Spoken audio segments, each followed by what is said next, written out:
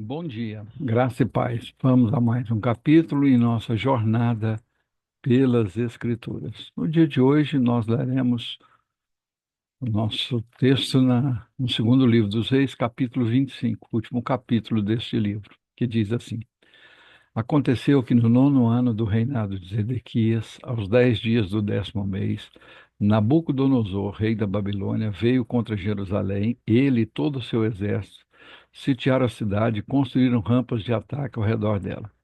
A cidade ficou sitiada até o 11º ano do rei Zedequias. Aos 9 dias do quarto mês, quando a cidade se via apertada pela fome, e não havia pão para o povo da terra, a cidade foi arrombada. Embora os caldeus estivessem em volta da cidade, todos os homens de guerra fugiram de noite pelo caminho do portão, que fica entre as duas muralhas, perto do jardim do rei. Fugiram na direção do vale do Jordão. Mas o exército dos caldeus perseguiu o rei Zedequias e o alcançou nas campinas de Jericó. E todo o exército deste se dispersou e o abandonou. Então Zedequias foi preso e levado ao rei da Babilônia em Ribla, o qual lhe pronunciou a sentença. Mataram os filhos de Zedequias na frente dele, e então lhe furaram os olhos, amarraram-no com correntes de bronze e o levaram para a Babilônia. No sétimo dia do quinto mês do 19º ano do reinado de Nabucodonosor, rei da Babilônia, Nebuzaradã, chefe da guarda e servidor do rei da Babilônia, veio a Jerusalém. Ele queimou a casa do Senhor e o palácio real, bem como todas as casas de Jerusalém. Também entregou às chamas todas as construções importantes. Todo o exército dos caldeus que estava com o chefe da guarda derrubou as muralhas ao redor de Jerusalém. Nebuzaradã, o chefe da guarda, levou cativo o resto do povo que havia ficado na cidade, os desertores que se entregaram ao rei da Babilônia e o restante da população. Porém, o chefe da guarda deixou alguns dos mais pobres na terra para serem vinhateiros e lavradores. Os caldeus cortaram em pedaços as colunas de bronze que estavam na casa do Senhor, bem como os suportes e o mar de bronze que estava na casa do Senhor, e levaram o bronze para a Babilônia. Levaram também as panelas, as pás, os apagadores, os recipientes de incenso e todos os utensílios de bronze com que se ministrava. O chefe da guarda levou também os braseiros, as bacias e tudo que fosse de ouro ou de prata. Quanto às duas colunas, ao mar de bronze e os suportes que Salomão havia feito para a casa do Senhor, o peso do bronze de todos esses utensílios era incalculável. A altura de uma coluna era de 8 metros, e sobre ela havia um capitel de bronze de 1,30 m de altura. A obra de rede e as romãs sobre o capitel ao redor, tudo era de bronze. Semelhante a esta era outra coluna com a rede. O chefe da guarda também levou cativos Seraías, sumo sacerdote, Sofonias, segundo sacerdote, e os 3 guardas da porta. Da cidade ele levou um oficial, que era comandante das tropas de guerra, e 5 dos conselheiros do rei que ainda estavam na cidade, bem como o escrivão-chefe do exército que alistava o povo da terra, e 60 homens do povo do lugar que estavam na cidade. Nebuzaradan, chefe da guarda, levou-os ao rei da Babilônia em Ribla. O rei da Babilônia os matou ali mesmo em Ribla, na terra de Ramate. Assim Judá foi levado cativo para fora de sua terra.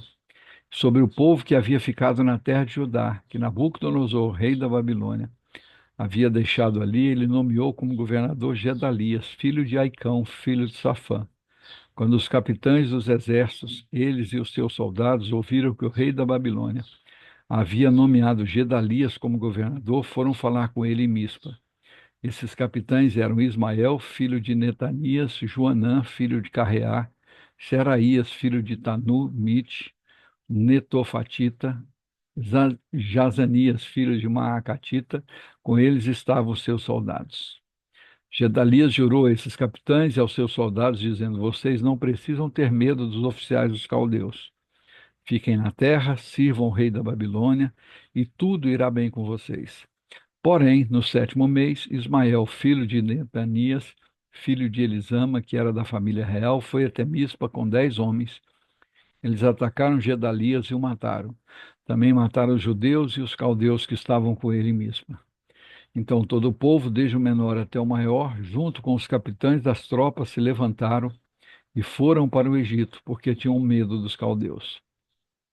No 37º ano do cativeiro de Joaquim, rei de Judá, no dia 27 do 12º mês, Emil-Merodach, rei da Babilônia, no ano em que começou a reinar, libertou do cárcere Joaquim, rei de Judá. Falou com ele de modo bondoso e lhe deu um lugar de mais honra do que os reis que estavam com ele na Babilônia. Permitiu que ele deixasse de usar as roupas de prisioneiro e Joaquim passou a comer na presença dele todos os dias da sua vida. E da parte do rei lhe foi dada subsistência vitalícia, uma pensão diária durante todos os dias de sua vida. Amém. Louvado seja o nome do Senhor. Vamos orar? Pai querido, nós louvamos ao Senhor, te bendizemos porque o Senhor é o único Deus vivo e verdadeiro, Criador dos céus e da terra. Tu és o Criador, o sustentador, o preservador de toda a existência.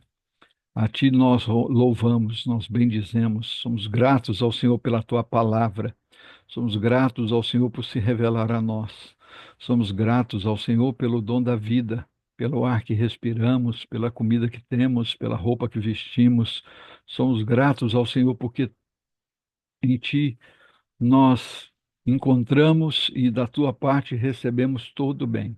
Louvado seja o nome do Senhor. Somos gratos ao Senhor pela tua palavra que nos mostra e nos revela o plano eterno da salvação em Cristo Jesus e também as consequências daqueles que desobedecem e viram as costas para o Senhor. Tanto Israel como Judá foram levados para o cativeiro por causa da dureza do coração, da desobediência e da idolatria. Não permita, Senhor, que caiamos nesses mesmos erros. Dá a cada um de nós um coração íntegro, reto e humilde diante do Senhor.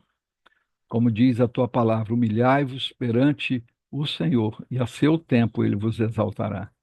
Que haja em nós um coração humilde, um coração simples, um desejo ardente de obedecer e de submeter à sua vontade.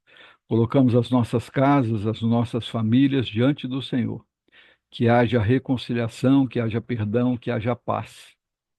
Em nome de Jesus, nós clamamos para que haja salvação, salvação dos nossos entes queridos, salvação no nosso meio, que haja transformação de vida, que haja verdadeira conversão de nossos corações.